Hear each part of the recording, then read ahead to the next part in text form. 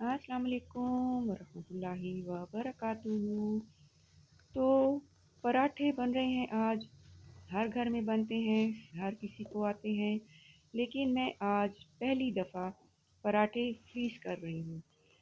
तो ये फ्रीज़ करने से पहले मुझे ख़्याल आया कुछ साल पहले जब मैं अपना सौदा सेल्फ ग्रॉसरी करने जाती थी स्टोर्स पर, तो वहाँ एक ही डीप फ्रीज़र पड़ा होता था जिसमें सिर्फ आइसक्रीम्स वगैरह पड़ी होती थी। फिर 1 या 2 हो गई, मतलब वो आइसक्रीम की कंपनीज़ डिफरेंट हो गई। फिर देखते ही देखते वो कहते हैं ना, आंख झपकते ही फ्रीज़र्स की भरमार हो गई, स्टोर्स में लाइनें लग गई। किस चीज़ की? ये फ्रोज़न आइटम्स की। मुख्तलिफ़ कंपनियाँ आ गईं। तो जब इतनी तेज़ी से ये फ्रीज़र्स बढ़े तो इसका मतलब क्या है कि इसकी सेल ज़्यादा है और फ्रोज़न आइटम्स लोग पसंद कर रहे हैं और ले रहे हैं। मैं भी लेती रही। फिर मुझे ख़्याल आया कि ये जो मैं एक चिकन लाती हूँ उसको धोने में इतना टाइम मेरा लग जाता है, तो ये जो टनों के हिसाब से चिकन कटता है या दूसरा मीट कटता है, और उससे ये आइटम्स तो बड़े मज़े की आती हैं, उसमें अच्छे मसाले डले होते हैं, बड़े टेस्टी सारी रेसिपीज़ होती हैं। लेकिन जब हम मज़े से खाते हैं तो क्या ये पीछे से इसमें क्या क्या कुछ डला है और ये किस किस तरीके से बना है। तो बस इस तरह करके आहिस्ता आहिस्ता करके मैंने ये फ्रोज़न आइटम्स लेना कम कर दी और तकरीबन ना होने के बराबर।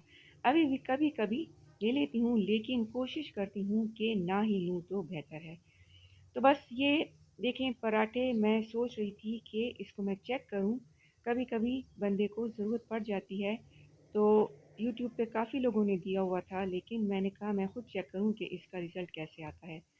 तो आप ये देख ही रहे हैं कि मैं पेड़े किस तरह से बना रही हूँ। टाइम टेकन होता है, लेकिन अगर बना के रख लें तो आसानी ज़रूर रहती है। तो खुराक को स्टोर करना कोई बुरी बात नहीं है। हमारी नानी दादी के ज़माने, मैं 60s 70s की नानी दादियों की बात कर रही हूँ, आजकल की नहीं।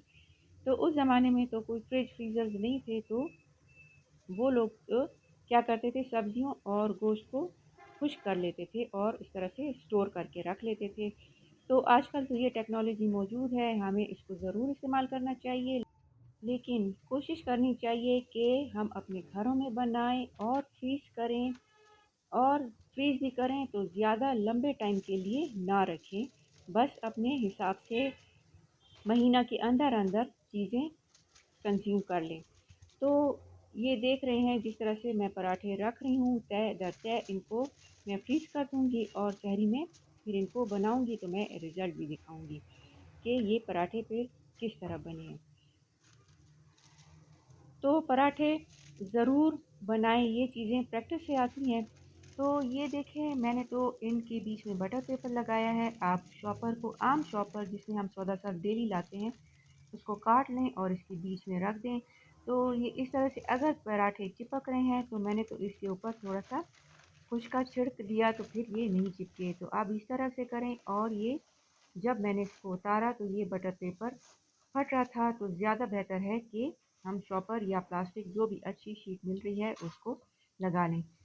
तो जिन ख़वातीन को अच्छी प्रैक्टिस है और डेली फ्रेश बना रही हैं तो वो तो बहुत ही बेहतरीन है, लेकिन इस तरह से बनाने के लिए जो वर्किंग लेडीज़ हैं तो उनके लिए बहुत आसानी रहेगी। एक दिन थोड़ी मेहनत करके ये अपने लिए बना के रख लिया करें, तो उनके लिए पूरा हफ्ता आसानी होगी। और अपने बच्चों के लंच बॉक्सेस के लिए भी बस निकालें और इसके ऊपर तवे पर, गरम तवे पर रखें और आराम से ये पराठे तैयार हो जाते हैं।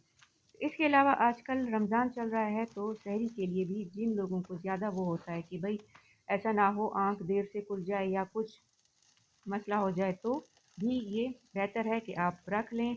अगर देर सवेर तो हो जाए तो फिर इसको यूज़ कर लें। तो पराठा बनाते हुए इसको इस तरह से तवे पर हिला जुला लिया करें, हिलाते जुलाते रहा करें जब तक कि उसकी वो साइड अच्छे से खूबसूरत से पक ना जाए। तो इस तरह से करके हमारे सारे पराठे हो गए हैं रेडी। पराठे इंतहाई खस्ता बने, मज़े के बने।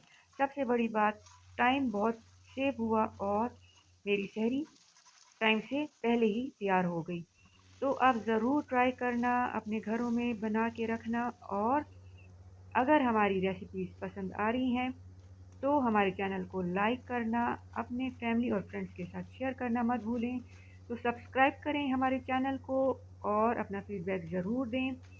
देखने के लिए शुक्रिया। अल्लाह हाफ़िज़।